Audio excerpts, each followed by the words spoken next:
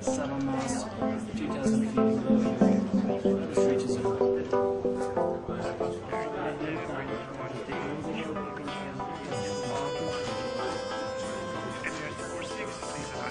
Budapesti Légiforgalmi Irányító Központban vagyunk, ahol egy rendkívül összetett feladat zajlik.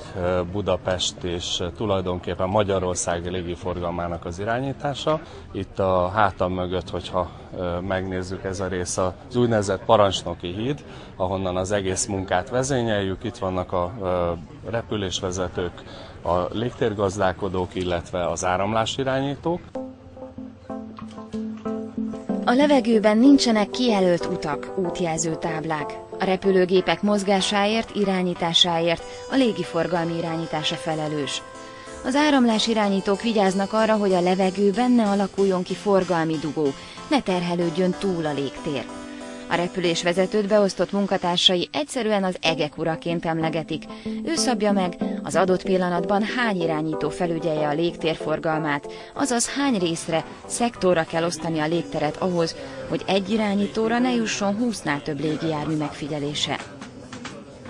Mögöttük van egy pult, hosszú pult, ahol tulajdonképpen az alacsony légtéri légiforgalmi tájékoztató szolgálat dolgozik, őket repülésirányítónak nevezzük, nem kifejezetten légiforgalmi irányítás, hanem csak egy ilyen tájékoztató szolgálat, 3000 méterig sportrepülőknek 3000 méter fölött ellenőrzött légtér van, ami azt jelenti, hogy légiforgalmi irányítás zajlik. Mindenkinek kötelessége betartani azokat a repülési szabályokat, amit a nemzetközi normák előírnak. Gyakorlatilag innentől kezdve, ahogy elindul egy repülőgép Ferihegyi repülőtérről, gyakorlatilag itt látjuk a közelkörzeti irányító szolgálatot. Ők a felszállás fázisa után kivezetik a repülőgépeket az útvonalra, illetve az útvonalról, mikor megkapják a repülőgépeket, bevezetik a végső egyenesre a leszállás előtti időpontra. Továbbiakban a közelkörzeti irányító központból teljes karét írva, ez a távolkörzeti irányító központ, ez 3000 métertől egész úgy szoktuk mondani, csillagos égig irányítja a légiforgalmat. A Taromnak kiadhatnánk 350-et Müncheni érkező. A magyar légtérben az átrepülő forgalom számottevően nagyobb, mint az érkező és induló. Időszaktól, évszakoktól függően körülbelül 200-400 fel- és leszállás történik naponta az országban. A magyar légteret eközben legalább 1000 jármű repüli át nagy magasságban, de van olyan nap is, amikor ez a szám eléri a 3000-et is.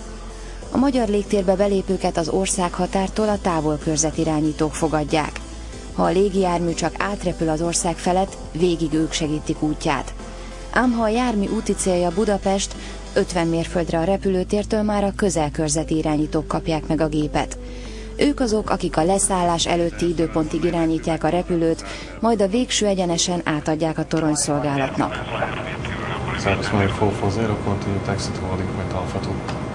Ferihegyen vagyunk az irányítótoronyban. Itt az irányítótoronyban az érkező és induló légijárművek forgalmát kezeljük. Köztudomású, hogy a repülők repülőtérről szállnak föl és szállnak le. Ide zsúfolódik össze a forgalom, itt mindig történik valami érdekes dolog. Míg az irányító központban a légiforgalmi irányítók csak a számítógépen, a radarok információi alapján követhetik a távolban repülő gépek mozgását, a repülőtéren lévő toronyban már láthatják is a gépeket. Az irányító toronyban lévő munkának az egyik nagy előnye, hogy amennyiben a légiforgalmi irányító szabad szemmel látja mind a két légijárművet, akkor azt a bizonyos elkülönítési minimumot le lehet csökkenteni biztonságos, megengedett minimálisra. Tehát gyakorlatilag itt repülőtér közelben sokkal nagyobb kapacitást lehet ezzel elérni, amennyiben látjuk mindig a tehát a légijárművek forgalmát. Egyéb esetekben, amikor köd van, különféle berendezések, például a gurítóradar segíti a munkánkat. Előfordul olyan, hogy nem is lehet az ablakon kilátni, illetve ki lehet látni, de nem látunk semmit. Olyankor bizony radar segítségével követjük és irányítjuk a légijárművek forgalmát, már a földön is, a gurulóúton is, ugyanis Előfordulnak olyan ködös helyzetek, hogy maguk a pilóták se tudnak tájékozódni, és ilyenkor a mi felelősségünk az is, hogy a földön lévő légijárműveket elkülönítsük egymástól. Jó, akkor menjen Papa 4. Jó, thank you. Hello. A bajba jutott légijárművek forgalmát is az irányító toronyban kezelik le. Ők riasztják a repülőtéri tűzoltókat, vagy ha nagyobb gépről van szó, a városi egységet. Előfordul olyan, hogy egy műszaki meghibásodás miatt elsőbbséget kér a pilóta leszálláshoz. Ilyenkor természetesen mindenkit megpróbálunk kisöpörni előtte és elsőbbséget biztosítani, mert sokszor perceken, másodperceken múlik egy biztonságos leszállás. Szia, egyes pálya zárva. Kutya van állítólag veletek. A légiforgalmi irányító legfontosabb feladata, hogy megakadályozza a repülők ütközését a földön és a levegőben. De arra is figyelnie kell, hogy a gazdaságos repülést segítse elő. Munkáját számos berendezés segíti. Láthatjuk a légiforgalmi irányítással kapcsolatos berendezéseket, amit egy légiforgalmi irányító kezel. Tulajdonképpen 3 diszplét láthatunk, ezek közül a fő diszplé egy 2K-s monitor, ami általában a légiforgalomban használt, illetve nagyon ritkán használatos más területen. Gyakorlatilag itt lent láthatunk egy kommunikációs berendezést, ami magába foglalja a rádiót és a telefonokat. Gyakorlatilag egy gombnyomással át lehet váltani bármelyik külföldi vonal együttesre, amit föl lehet hívni. Magán a monitoron láthatjuk a repülőgépeket, amit a légiforgalmi irányítók figyelemmel követnek, és gyakorlatilag ezen a monitoron döntik el, hogy fönnáll esetlegesen egy konfliktus veszély, tehát összetartó irányon repülnek a repülők, és ezen végzik a munkájukat tulajdonképpen. A jelszimbólumot, ahol a kis egeret mozgatom, itt van a repülőgép helyzete, ez az információs címke hozzátartozik, ahol a repülőgép típusát, magasságát, repülési útvonalát láthatjuk például zölden megjelenítve, ugyanakkor különböző listákat tudunk nyitni, kikérhetjük a repülési tervét ennek a repülőgépnek, megnézhetjük, hogy milyen városba tart, milyen útvonalon, melyik útvonalpontot repülte már át gyakorlatilag, és még sok-sok olyan információt, tehát tudunk róla mindent, ami a légiforgalmi irányításnak szüksége lehet. Másfél óra a radar előtt, majd 45 perc pihenés. A légiforgalmi irányítás minden másodpercben 100%-os odafigyelést követel meg. Tulajdonképpen a szellemi megterhelés a mi munkánkban nem a forgalom nagyságából adódik, hanem abból, hogy folyamatosan oda kell figyelni. Hogyha nagy forgalom van, akkor is, és a kis forgalom van, akkor is. Általában az embereknek a figyelme, amikor kicsi a forgalom, akkor lankadni szokott. Általában nagyon érdekes, hogy kis forgalomban szoktak előfordulni problémák. 663 turn right, heading 200. A légiforgalmi irányítóknak elsősorban a pilótákkal kell közös nyelvet beszélniük. Ők pedig bármilyen nemzetiségűek lehetnek. A közös alap az angol nyelv, a betűzésre pedig egy szabvány, az angol ABC minden betűjét egy előre meghatározott szóval azonosító kód szolgál. Ám van, akikkel így sem könnyű. Nem fogja elhinni, de ez az amerikai pilóták. Általában az szokott problémát okozni, hogy szlenget beszélnek az irányításban is.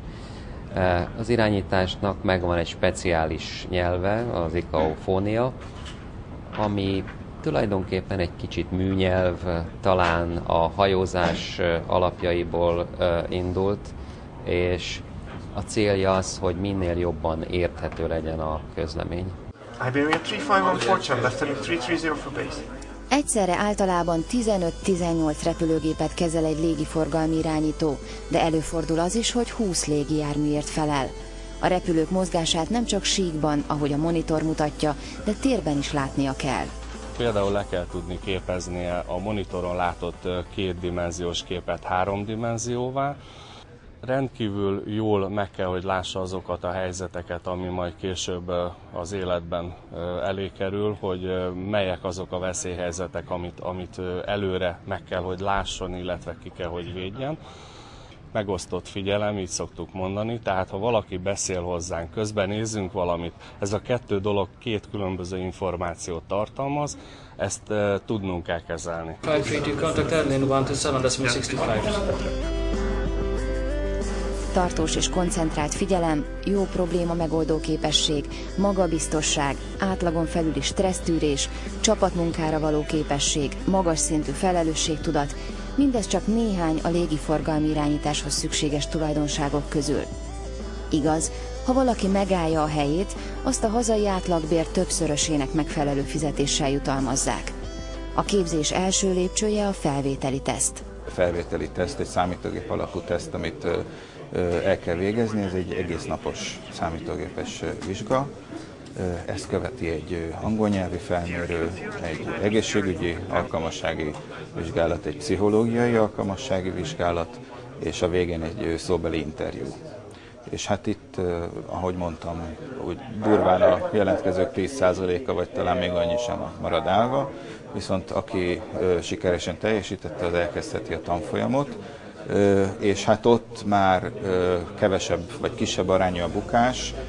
Légiforgalmi irányító képzést Magyarországon kizárólag a Hungarocontrol Zrt. Végez. Az oktatás az elmélettel kezdődik.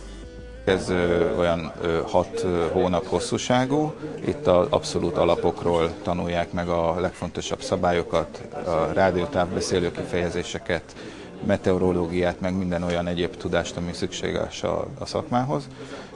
Az elméleti képzés végén van egy rövid repülőszimulátoros képzés, ahol úgymond átülnek a túloldalra, tehát kapnak egy képet arról, hogy a pilótafülkében milyen munkaterhelés vagy munkafolyamatok zajlanak, és utána kezdődik a szimulátoros képzés, ami fejenként 220-230 óra, több szakaszra bontva, ez értendő, ez a több vizsga, mindegyiken természetesen meg kell felelni, és hogyha az összes vizsgát sikeresen teljesítik, akkor kerülnek a munkaterembe.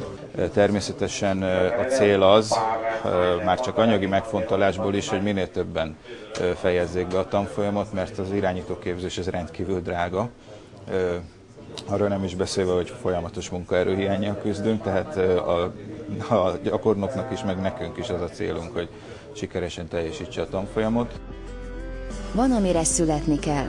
A légiforgalmi irányítás ilyen. Ám ha valaki alkalmas rá, annak a határ már tényleg csak a csillagos ég.